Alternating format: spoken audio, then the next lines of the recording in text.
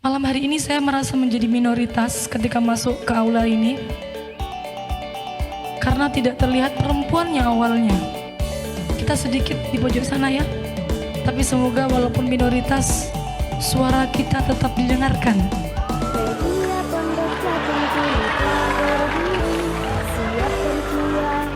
Semoga meskipun minoritas, kita tetap dipertimbangkan dan diperjuangkan. Tapi nyuwun sewu, kayaknya yang bentuknya kayak gini lebih banyak laki-laki itu kayaknya jarang sekali. Soalnya apa? Sering sekali kalau seminar itu akeh wedoke. Ya, berarti kayak ini kesempatan seorang laki-laki harus menunjukkan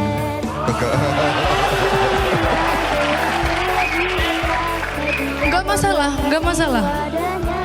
Di sini merasa oke, nggak masalah. Tapi kalau di rumah tetap perempuan nomor satu.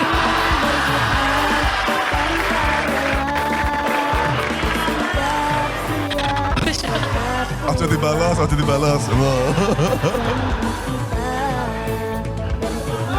Alhamdulillah ya Rabbil alamin. Lelaki tidak bercerita.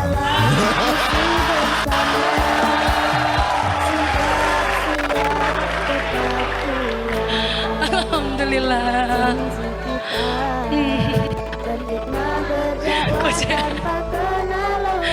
Alhamdulillahirabbil alamin. Saya ketika melihat teman-teman media itu teringat dawuh dari Nabi Muhammad SAW,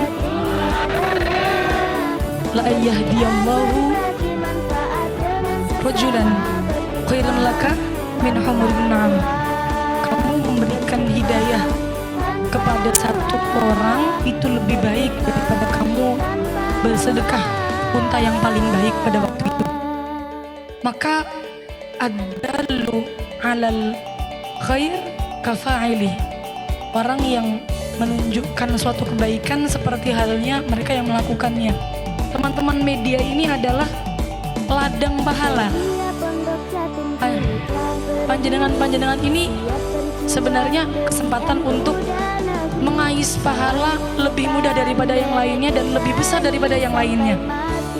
Karena panjenengan membuat konten tentang suatu kebaikan, kemudian membuat orang suka dengan kebaikan tersebut, maka yang bikin konten ini pahalanya jauh lebih besar daripada mungkin yang melakukannya, yang tidak dikontenkan seperti itu.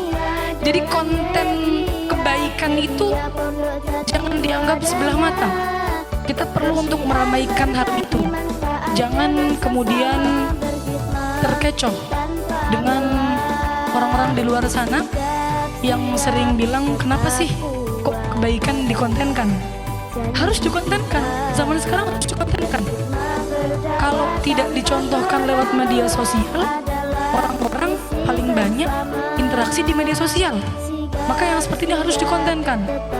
Urusan hati, urusan belakang. Toh ya maksudnya begini toh. Maksudnya riak dan tidak kan tidak kemudian bisa ditakar setiap orang. Oh kamu riak, nggak bisa. Riak kan urusan hati. Siapa yang tahu hati seorang? Jangan-jangan dia bilang I love you ternyata tidak. Jangan-jangan perlakuannya cuma perlakuan yang indah, tetapi dibaliknya dia melirik yang lain. Jadi kita tidak bisa tahu urusan hati seseorang dan tidak bisa menjudge urusan hati seseorang. Itu kita pasrahkan kepada Allah. Maka tugas kita sebagai media bagaimana? Sebarkan kebaikan sebanyak mungkin. Sebarkan konten kebaikan sebanyak mungkin. Dan ini berbanding terbalik juga dengan teman media yang kemudian harus pilih konten yang kira-kira mencerminkan pesantren. Ini termasuk yang Cak Ahmad disampaikan bahwa teman-teman mendapatkan kesempatan untuk amar ma'ruf dan nahi mungkar. Menurut saya kalau menanggapi mengenai apa yang Cak Ahmad sampaikan, bahwa nahi mungkarnya teman-teman media itu jangan sampai menormalisasikan hal-hal yang tidak normal kemudian dijadikan konten. Mohon maaf ya, saya seringkali menyampaikan hal ini karena masih saja banyak bertebaran teman-teman santri yang tidak mencerminkan kesantriannya. Mungkin teman-teman sudah paham maksud saya bagaimana. Ya, kalau mau dijelaskan, jangan bikin konten tentang pacaran, jangan bikin konten tentang lawan jenis yang bukan mahram, jangan bikin konten tentang hal-hal yang belum halal. Lebih banyak bikin konten-konten yang sudah halal begitu loh. Jadi gimana kalau teman-teman media ini, karena begini teman-teman, anak-anak pengguna media sosial itu memang kalau dilihat dari rentang umurnya, semua umur sudah pakai media sosial. Tapi kan media pondok itu kan paling banyak diminati di TikTok dan juga di Instagram. Di Facebook cenderung mungkin lebih dominan, mungkin milenial ke atas ya, sampai kolonial mungkin ya. Tapi kan kalau anak-anak generasi milenial ke bawah, Gen Z dan Gen Alpha, atau bahkan mungkin Gen Beta yang mulai tahun ini lahir, mereka cenderung lebih menyukai konten-konten di TikTok dan juga di Instagram. Rata-rata Gen Z semua ini. Iya. Generasi 97 sampai, ya termasuk istri saya Gen Z juga ini. Ya, generasi yang estetik tapi dalamnya problematik. Istrinya dibilang begini, kok berani ya? Wah ini nak ini tok lo mah bedo. Astagfirullahaladzim, Cak ngapunten nggih Cak nggih. Ini hanya buat konten kok Cak, nanti di rumah minta maaf. Astagfirullahaladzim. Oh tadi bahasa apa sampai lupa, Masya Allah. Ya tadi Gen Z ya. Mohon maaf karena konsumsi media sosial TikTok dan Instagram itu kan dipenuhi oleh Gen Z, dipenuhi oleh generasi-generasi yang memang masih semangat-semangatnya dan masih di masa-masanya bergejolak begitu ya. Sehingga mohon untuk teman-teman media jangan menormalisasikan hal ini.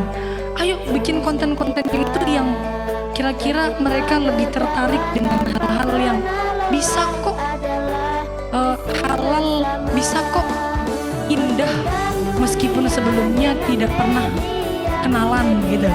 Bisa kok kemudian bahagia meskipun sebelumnya tidak lewat chattingan gitu. Jadi ini kiranya mungkin teman-teman perlu untuk perbanyak, karena saya masih sering melihat seliweran teman-teman media dari pondok pesantren yang masih 1-2 membuat konten mengenai hal ini. Menurut saya nyuwun sewu, ini tidak mencerminkan kesantrian, nyuwun sewu. Padahal kan nyuwun sewu di pondok disuruh ikut akhlaknya Sayyidah Fatimah begitu, disuruh akhlaknya.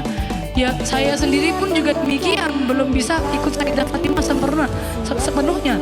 Allah taruh rijal walar rijal ya roha, ini di depan rijal semua ini.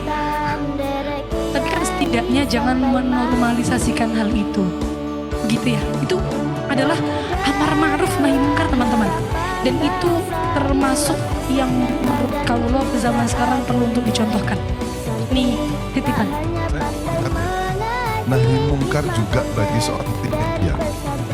Saya pernah melihat di TikTok itu ya, lagi gencar-gencari yang Gus Miftah itu dihina. Ada konten dari Gus Miftah itu garwane maringi roti, terus santrine mendet karo jongkok gitu loh.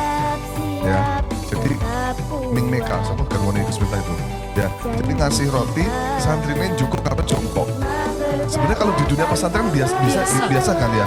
Kiai ini ngekei opo, santrine ya juga. Masa santri cukup karo kiai masuk ini kan nggak mungkin.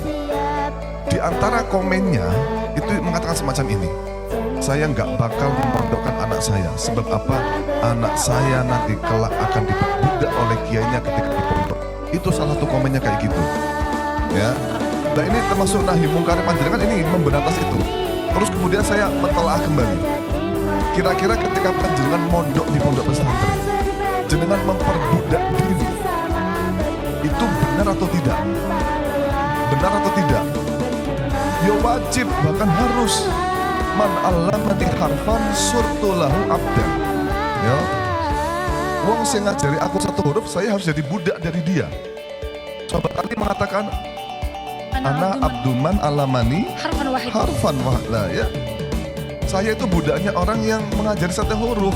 Alias dalam dunia pesantren kita memperbudak diri tidak apa-apa, nggak masalah. Jalan jongkok kayak gitu nggak masalah di depan kiai. Sampai dulu ada konten Bayi Anwar Mansur turun dari Ondo itu bahasa apa? Tangga Masjid Lawang Songo dan Boyo. Santri dan Boyonya, ada santri dan Boyo yang ngasihin ini pundaknya itu loh, pundak untuk dibuat pegangan sama Mbah Yai. Ya, kan wajar di pondok pesantren.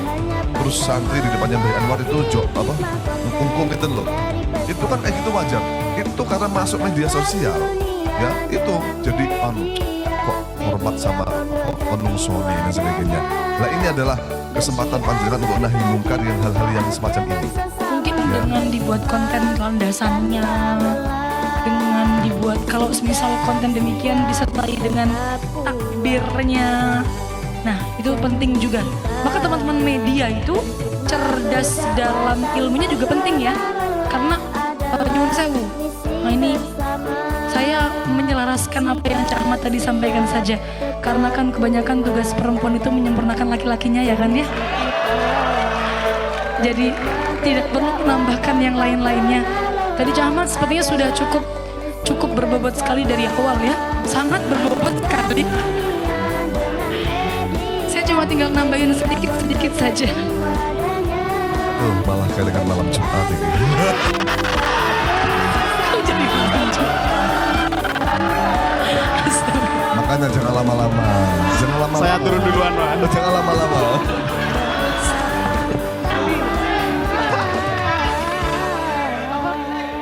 Insya Allah isinya dari depan sampai akhir ini, dari awal sampai akhir jadi korban gitu. Astagfirullahaladzim. Dia ngomong jadi menjemur habisnya selesai.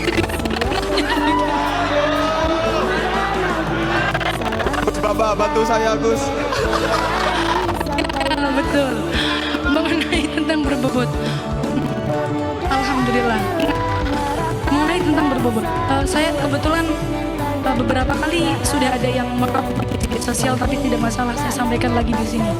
Ada sebagian beberapa salah pemahaman di antara para kalangan khodimah pesantren bahwa mereka memahami dari dawuh yang sudah sangat masyhur oleh Sayyid Muhammad Malawi Al-Maliki bahwa tabatul ilmi wa barakatuhu bil khidmah wa nafuhu biridal masyayikh. Ini kan kata-kata yang sudah sangat masyhur di kalangan para santri, sehingga mereka berbondong-bondong untuk ayo barokah tunalu bil khidmah.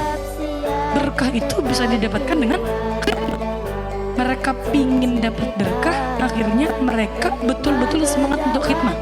Seperti mungkin panjenengan semua ini, saya rasa pasti niatnya sama-sama ingin keberkahan. Loh, itu bener-bener bagus dan bener-bener memang konsepnya. Cuman yang perlu difahami, jangan lompat pemahaman. Dalam kalam itu yang awal disampaikan oleh beliau adalah sabatul ilmi bil mudzakarah. Jangan langsung lompat. Ingin wa barakatuhu bil khidmah. Aku nggak usah ngaji, pingin khidmah saja. Berkah. Padahal maksud dalam redaksi itu adalah barokatul ilmi bil khidmah. Kalau nggak mau ngaji, apa yang mau berkembang? Kalau nggak mau ngaji, mana ilmu yang setiap hari begitu? Bikinin kopi seluruh majelis, seluruh tamu yang hadir di majelis ilmu, santri-santri begitu, nggak pernah ngaji bertahun-tahun, sampai kemudian pulang. Nah, ketika pulang pamit sama kiai, kemudian didauhin oleh masyayikhnya, oleh gurunya, didauhin bahwa ilmuku kuberikan kepadamu seluruhnya. Akhirnya sampai rumah alim, berkahnya khidmah. Niki kalau sering sekali teman-teman khotimah yang pengen seperti ini. Oh banyak kok contohnya orang-orang yang di pondok itu cuma khidmah tuh nggak pernah ngaji sampai rumah ternyata punya pondok besar. Teman-teman mungkin nggak tahu ngajinya dia kapan. Teman-teman mungkin nggak tahu dia ngajinya nggak kelihatan orang. Tapi ternyata yang terlihat khidmahnya. Sehingga yang terkenal pondok Ahlul Khidmah. Padahal malam-malam dia ngaji. Ini sama seperti ceritanya almarhum almaghfurlah Kiai Haji Azizi. Beliau kan terkenal dengan macan bahsunya Lirboyo. Sampai wafat pun dalam keadaan menuju untuk bahsu. Ini beliau dulu khotim. Blitar kan nih? Ini Blitar Pak Azizi. Beliau khotim. Dalam ceritanya beliau adalah khotim. Sejarahnya beliau khotim. Dan kalau khidmah, semisal nanti karena dia khidmah beliau tidak bisa istirahat, sekolahnya ngantuk, beliau akan mengganti. Mas sekolah beliau tidak bisa fokus untuk belajar, beliau ganti mutolaah selepas sekolah sampai subuh. Sampai pada akhirnya tidak menghalangi beliau betul-betul mutabahir fi ilmi, betul-betul ahli dalam segala ilmu, segala fan. Ini maksud saya adalah memberikan contoh untuk teman-teman, memberikan semangat untuk teman-teman khadim-khadimah santren bahwa ayo diimbangi yang semangat ngaji. Teman-teman kan di tim media itu kan kaitannya erat sekali dengan ilmu. Maka teman-teman penting juga untuk tahu ilmu-ilmunya, penting juga untuk ngaji. Bukan hanya cuma nyuting tok, bukan hanya cuma bikin konten aja, bukan. Tapi ngajinya juga penting. Karena nanti kalau teman-teman berbobot, media yang disampaikan juga akan berbobot. Malah justru tim media itu semakin banyak ngaji, penjelasannya loh. Ini langsung boten. Contoh DA nggak konten, dawuh dari Mas Syekh. DA akan mendengarkan dawuh tersebut dari awal sampai akhir. Terus berulang kali dawuh-dawuh tersebut akan didengarkan. Mas Syekh ini dengarkan. Justru lebih banyak tim media dalam masalah ngaji kok dunia ngono. Tapi kok delalah kok gak patek isonan, ya berarti salahmu. Itu mungkin yang ingin saya ingatkan karena beberapa santri masih salah memahami diksi dari Al-Khidmah, Al-Barakah Benalubil Khidmah, ya, hanya memahami dari itu saja. Mungkin itu saja karena biar gak lama-lama lancar ya. Ya, saya akhiri. Mohon maaf bila banyak kurangnya. Assalamualaikum warahmatullahi wabarakatuh. Waalaikumsalam.